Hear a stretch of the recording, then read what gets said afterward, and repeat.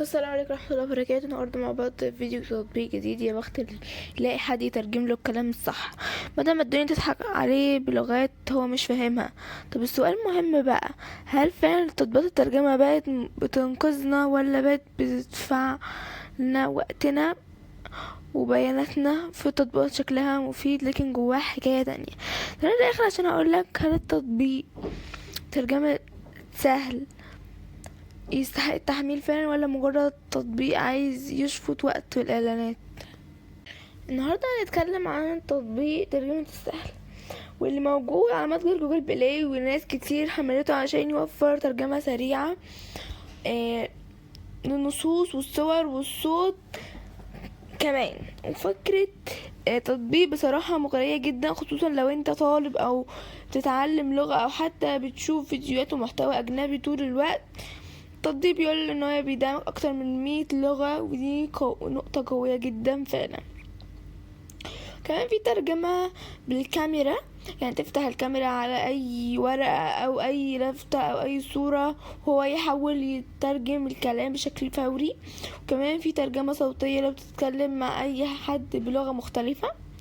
بس هنا بقى يجي دور شخص الشكاك اللي جوايا، هو التطبيق مجاني يديك كل الخدمات دي اكيد في مقابل.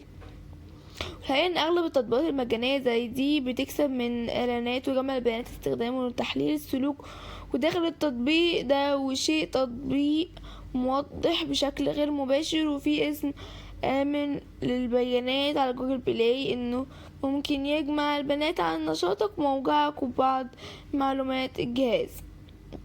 ودي مش معناه ان التطبيق خطير، بس لازم تبقى فاهم انك غالبا بتدفع بياناتك ووقتك بدل الفلوس. اما بالنسبة لطريقة الاستخدام ففي طريقة بسيطة جدا. اول ما تفتح التطبيق بتختار اللغة اللي هتترجم منها واللغة اللي هتترجم ليها.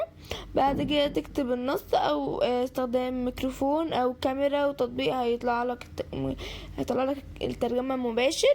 ولا هتستخدم ترجمة صورة، حاول تصور كلام بإضاءة كويسة وخط واضح، لان في ناس كتير شكت ان الترجمة اوقات تطلع برا الصورة او ان بتكون مش دقيقة، خصوصا في الصور المعقدة. من خلال التعليقات المستخدمين على جوجل بلاي ستور متجر، اغلب الناس عجبها سهولة الاستخدام وسرعة الترجمة، لكن في نفس الوقت في شكاوى متكررة من الاعلانات الكتير جدا، وناس قالت ان التطبيق اوقات بيبالغ في الاعلانات لدرجة ان يطلع لك عن الاستخدام نفسه. وفي ناس اشتكت من دقة الترجمة في الصورة وان بعض المميزات مش دايما مستقرة. ده خليك تسأل سؤال، هل التطبيق معمول لخدمات فعلا ولا لخدمة الإعلانات أكتر؟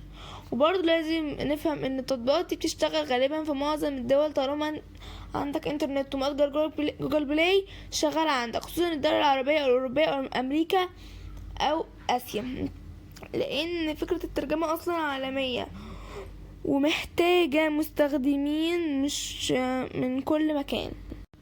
ولو هنتكلم عن المصاريف العالية ففي التطبيق نفسه مجاني، لكن غالبا بيكون في خدمات مدفوعة او ازالة الاعلانات او اشتراكات داخلية في بعض النسخة.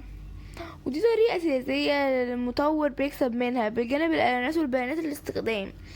ودي بقت اساسية سياسية منتشرة في تطبيقات كتير جدا، مش تطبيق ده بس. ولو انت بتدور على بدائل قوية تفرق عن ده ومهمة برضو مفيدة. وفي النهاية نرجع للسؤال اللي بدأنا بيه الفيديو، هل التطبيقات الترجمة بتنفعنا فعلا؟ الإجابة طبعا. دي بقت أداة أساسية في الدراسة والشغل والسفر وحتى متابعة المحتوى الأجنبي، لكن المشكلة مش في التطبيق، المشكلة انك تستخدمه وانت فاهم هو بياخد منك ايه مقابل الخدمة المجانية. يعني استخدامه بعقل، متديش أذونات زيادة عن اللزوم، وما تصدقش أي تقييم مبالغ فيه على المتجر. ولو الفيديو ده عجبك وعايز تشوف مراجعات اكتر لتطبيقات ناس كلها بتتكلم عنها تعمل لايك واشترك في القناة وفعل الجرس، واكتب لي في الكومنتات ايه اكتر تطبيق ترجمة جربته وحسيت انه فعلا انقذك.